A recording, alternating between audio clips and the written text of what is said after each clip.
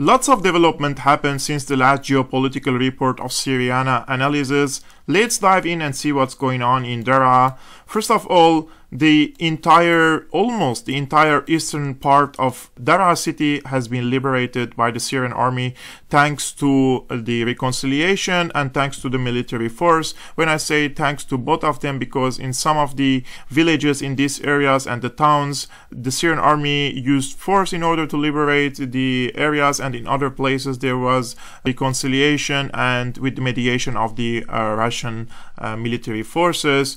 As you can see, at the moment the Syrian army has reached to the borders with Jordan and opened Al-Nasib border crossing, which is the main border crossing between Syria and Jordan after 6 years of the occupation of this particular part, or the border crossing by the Islamist armed groups. Now the Syrian army is moving to the western side of Daraa, and the operations are focusing on several areas, especially on this particular part. These areas will join the reconciliation process, and the Syrian army is advancing slowly towards the ISIS-held areas. In this part, the ISIS brigades called Khalid ibn Walid brigade, and they are posting videos that they are ready to fight against the Syrian army. As you can see, this part, the western part of Daraa, is almost completely occupied by the HTS. It's called the Hayat Tahrir al-Sham, meaning Al-Qaeda or Al-Nusra, and also by ISIS, and they are all bordering with the occupied Golan Heights, meaning the Israeli occupation forces are located here. As we are talking about the Israeli occupation forces, yesterday the fighter jets of Israel, they tried to bomb the Syrian army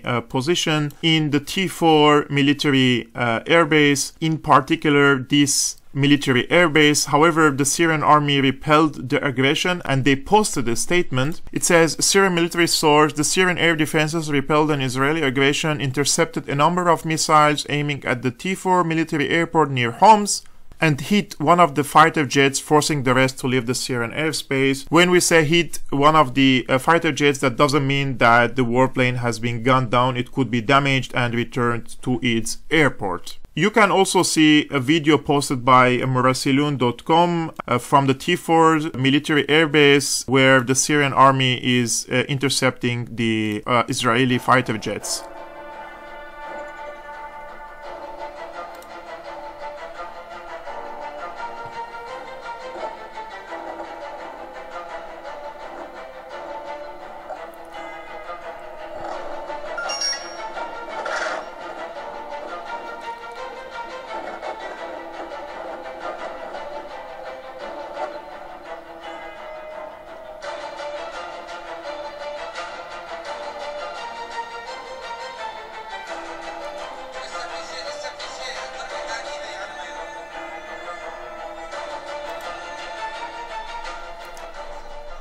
So as you can see, the Syrian army intercepted the Israeli fighter jets and forced them to leave the Syrian airspace, and one of the jets has been injured. However, it wasn't gunned down, as it's obvious from the footage. Now let's go back to Daraa front, where the Syrian army is now continuing its military operations. So as I mentioned, the Syrian army reopened or recaptured the Al-Nasib border crossing. In the same context, I have to mention that the Director General of the Syrian Jordanian Free Zone declares that Jordan is ready to resume trade after the Syrian army controls the Nasib border crossing. I'm saying lol, I'm laughing because in the last 6 years, Jordan opened its entire border to the terrorist groups, including Al-Nusra Front, to move freely from the Jordanian territories into Syria. And there were the mock military operational room, where the Americans, the Israelis, Saudis, the Jordanians were meeting regularly to organize and coordinate among them and send ammunition, arms, and even training to these militants in the southern part of Syria. In the same context, also the commander of the northern region of the Jordanian army, Brigadier General Khalid al-Masa'id, says the Syrian army Army control of Nasib crossing and the border strip serve Jordan's national security. This is lol number 2. And the Brigadier General Khalid al-Massaid also adds that the presence of the Syrian army restores stability after the occupation of borders by terrorist groups.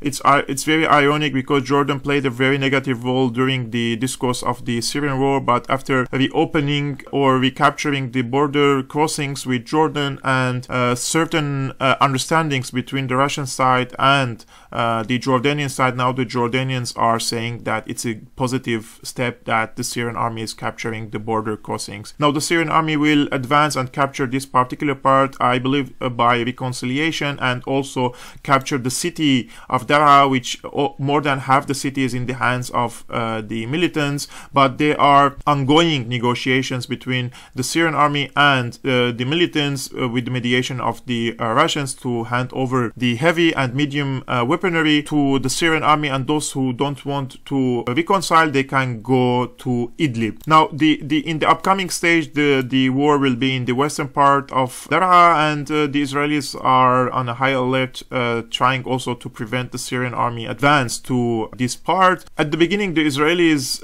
were saying that the Syrian army should not come back to this particular area and that they will create a buffer zone in this part. Now the Israelis are saying that the Syrian army could come to this area but not the Iranians, and now they are saying that the Syrian army could come to this area but they should abide with the 1974 disengagement agreement. That means the Syrian army cannot pass into the Golan Heights, which is illegally occupied by the Israelis since the 1967 war.